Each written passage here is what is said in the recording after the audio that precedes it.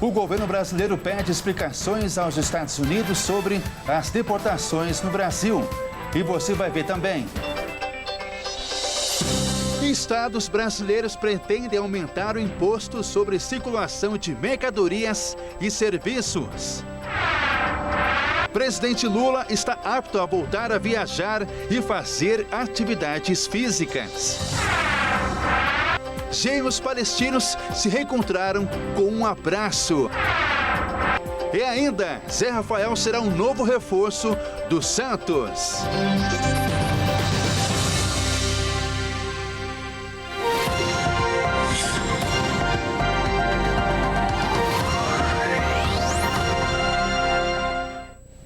Olá, seja muito bem-vinda e muito bem-vindo. Nós estamos ao vivo agora, são 18 horas e 37 minutos pelo horário de Brasília. Eu sou Ismael Nascimento e a partir de agora você confere comigo as principais notícias desta segunda-feira. O Brasil vai pedir explicações ao governo de Donald Trump pelo que chamou de desrespeito aos direitos fundamentais de imigrantes irregulares brasileiros deportados dos Estados Unidos.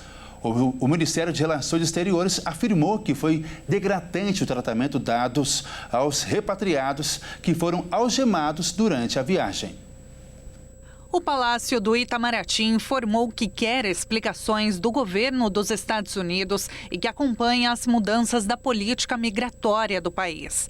Em nota, neste domingo, o Ministério das Relações Exteriores afirmou que o uso indiscriminado de algemas nos 88 brasileiros deportados violou o acordo firmado em 2018 entre os governos do Brasil e dos Estados Unidos, representando o tratamento degradante. O presidente do Congresso Nacional, senador Rodrigo Pacheco, cobrou em nota respeito à dignidade das pessoas, afirmando ter acompanhado o caso dos brasileiros deportados algemados dos Estados Unidos com preocupação. Em razão da soberania nacional, o governo brasileiro determinou a retirada das algemas e enviou uma aeronave da Força Aérea Brasileira para transportar as pessoas até o destino final. O voo, que tinha como destino o Aeroporto Internacional de Confins, na região metropolitana de Belo Horizonte, precisou fazer um pouso de emergência na capital amazonense devido a problemas técnicos, como a pane no sistema de ar-condicionado. Na noite de sábado, o avião da FAB com os deportados pousou em Belo Horizonte. A gente ia amarrado as algemas no pulso, na cintura e na perna. Para a gente ir ao banheiro, a gente ia sim no banheiro. A gente não tinha água dentro do avião, eles custavam dar água para a gente de mineral, custava dar comida.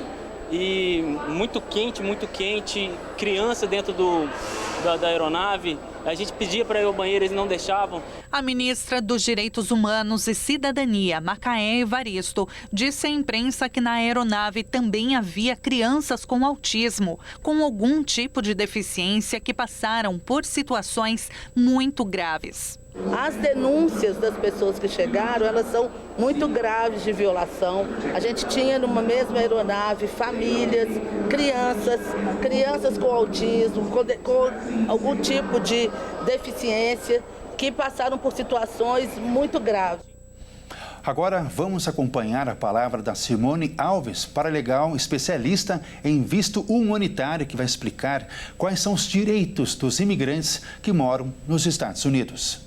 O primeiro direito que ele tem aqui é o direito à legalização, de buscar uma forma de legalização. Não importa quantas entradas ilegais ele tem, não importa quanto tempo ele está fora de status. Ele tem o direito de buscar isso, pode conseguir. Os direitos de imigrante, quando ele é abordado pelo ICE, né, pelo sistema de imigração aqui, o primeiro direito que ele tem é de ficar em silêncio. Ele não é obrigado a responder nada, ele não é obrigado a assinar nada. Lógico que tem que agir com muita educação, mas ele não tem obrigatoriedade de assinar ou falar, dar qualquer informação ao agente.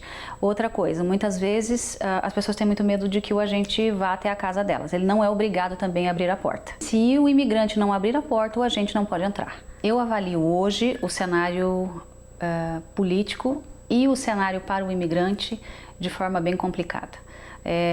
O Trump, durante a campanha, ele já vinha avisando, né, que ele ia complicar a vida do imigrante e ele tem tentado. Se ele vai conseguir fazer tudo o que ele prometeu e o que ele tem falado, ninguém pode afirmar. Mas ele vai bagunçar o coreto, sim. Ele vai complicar a vida das pessoas aí, nem que seja por um tempo, até um juiz qualquer conseguir parar ele por algum tempo. O ano letivo de 2025 será diferente para a geração que está acostumada a viver com o celular. O uso do aparelho será restrito nas salas de aulas. E indícios mostram que a proibição pode ser uma boa para todos.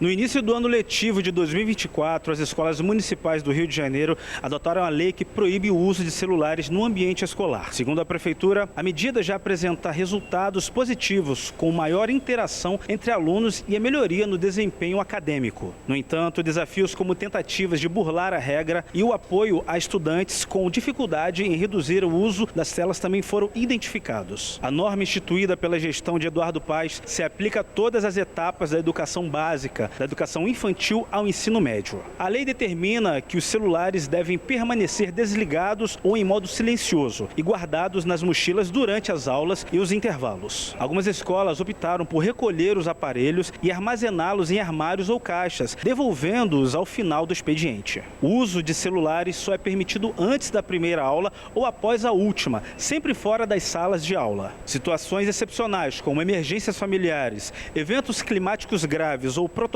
de segurança durante tiroteios também autorizam o uso dos aparelhos. Alunos com deficiência ou condições de saúde que necessitam de dispositivos eletrônicos são exceções à regra, assim como os casos em que a tecnologia é usada com fins pedagógicos. A Secretaria Municipal de Educação conduziu reuniões com os responsáveis para garantir o entendimento da medida. Segundo o secretário Renan Ferreirinha, a ideia surgiu de conversas com educadores internacionais e da percepção de que após a pandemia, os alunos retornaram às escolas com maior desatenção e quadros de ansiedade. A iniciativa do Rio de Janeiro reflete um movimento nacional, já que uma lei federal sancionada pelo presidente Lula também proíbe o uso de celulares nas escolas públicas e privadas de todo o Brasil. Os estados brasileiros pretendem aumentar o ICMS, o Imposto sobre Circulação de Mercadorias e Serviços, sobre gasolina e o óleo diesel, a partir de fevereiro. Os estados dizem que o reajuste reflete o compromisso em promover um sistema fiscal equilibrado, estável e transparente, que responda adequadamente às variações de preços do mercado e promova a justiça tributária. O imposto sobre circulação de mercadorias e serviços estadual será elevado em 10 centavos por litro de gasolina a partir deste sábado, enquanto que o tributo sobre o diesel será elevado em 6 centavos a cada litro. Não está previsto mudança na tributação do etanol. A decisão do Conselho Nacional de Política Fazendária foi tomada em outubro do ano passado, com validade a partir do começo de fevereiro. De acordo com os dados da Associação Brasileira dos Importadores de Combustíveis, os preços dos combustíveis estão defasados no Brasil em relação aos valores internacionais.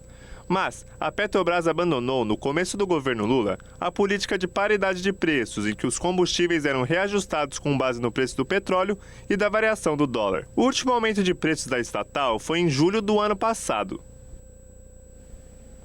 E agora, falando sobre as chuvas, especialistas apontam que uma possível solução para evitar situações como da última semana é o aumento da arborização urbana. Vamos conferir.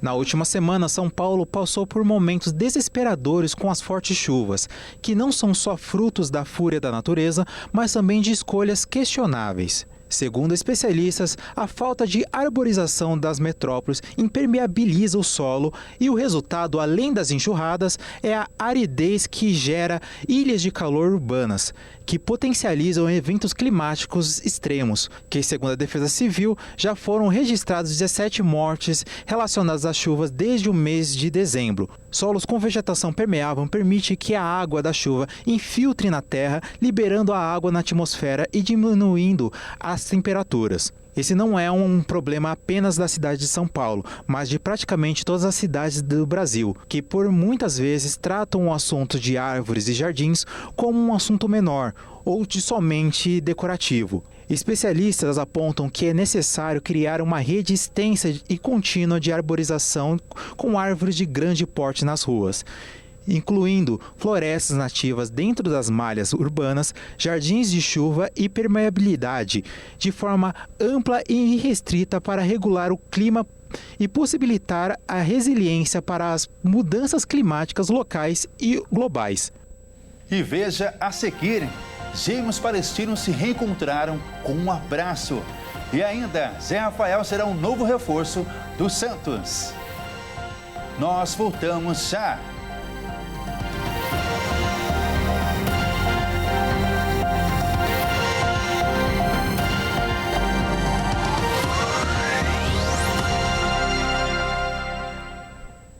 Mais uma vez, seja muito bem-vindo. Nós estamos ao vivo. Agora são 18 horas e 49 minutos pelo horário de Brasília. O presidente da República, Luiz Inácio Lula da Silva, passou por uma tomografia. O procedimento foi de rotina depois do acidente doméstico que ele sofreu há 3 meses atrás. Lula está apto a voltar a viajar e fazer atividades físicas.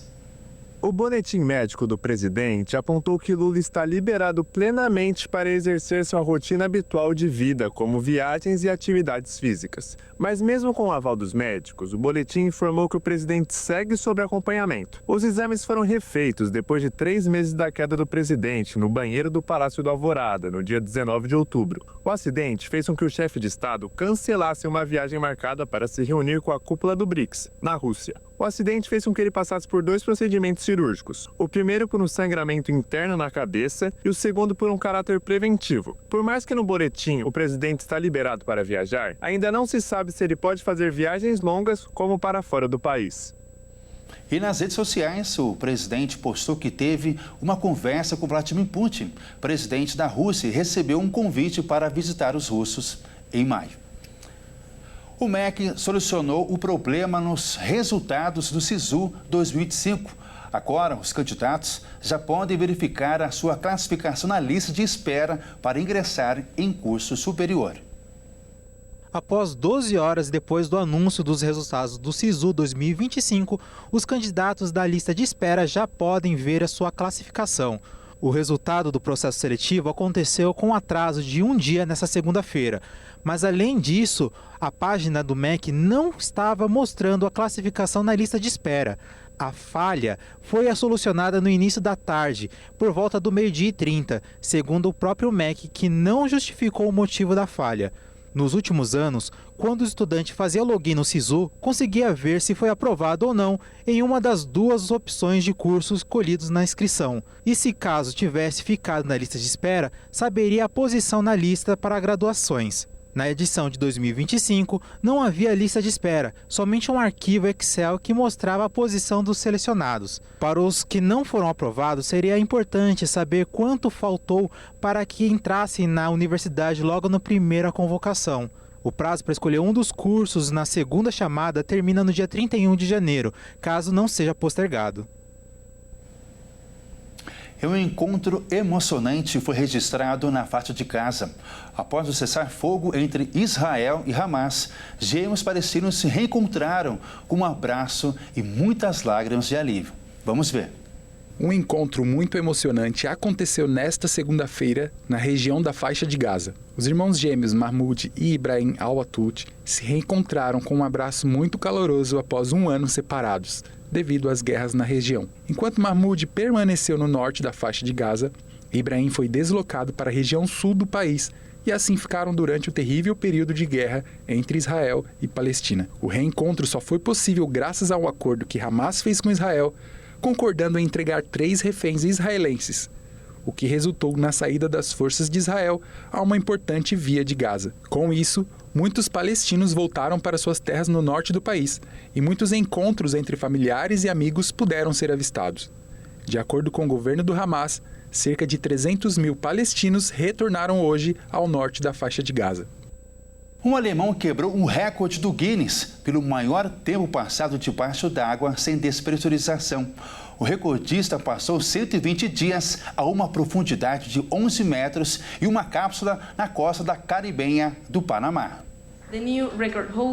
Um alemão entrou para o livro dos recordes ao passar 120 dias debaixo d'água sem despressurização. A conquista foi alcançada pelo engenheiro aeroespacial Rüdiger Koch, de 59 anos, que ficou a uma profundidade de 11 metros em uma habitação de 30 metros quadrados na costa caribenha do Panamá. A cápsula subaquática de Koch estava bem equipada. Além de uma cama e um banheiro, tinha uma televisão, um computador com conexão à internet e uma bicicleta ergométrica. Koch gostou dessa experiência diferente.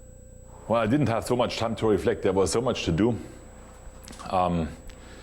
But it is beautiful when... Não tive muito tempo para refletir, havia muito o que fazer, mas é lindo quando as coisas se acalmam, escurece e o mar está brilhando. Você se senta aqui, eu costumo apagar todas as luzes, então só tem o mar como fonte de luz. É impossível descrever, você tem que vivenciar isso por si mesmo. Impossible to describe, you have to experience that yourself. 2 grandes relógios digitais marcavam as horas e 4 câmeras confirmavam que ele não havia saído do local. Durante a estadia, ele recebeu comida do exterior, foi visitado por um médico e vários parentes. Para comemorar o recorde, mergulhou no Mar do Caribe pela primeira vez em 120 dias. E o mercado da bola segue a todo vapor nesse começo de temporada. O Santos anunciou a contratação de 2 reforços, Zé Rafael do Palmeiras e o Gabriel Veron do Porto.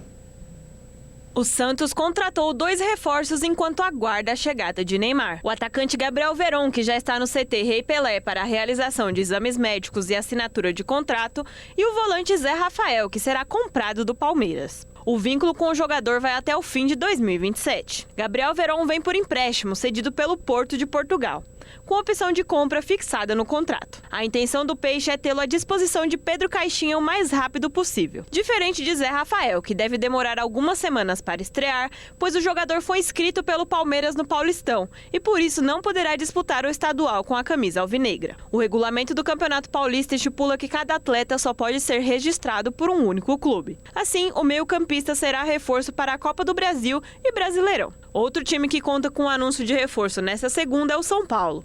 Após grande vitória no Majestoso na noite de ontem, o tricolor acertou a contratação do lateral direito Cedric Soares, de 33 anos.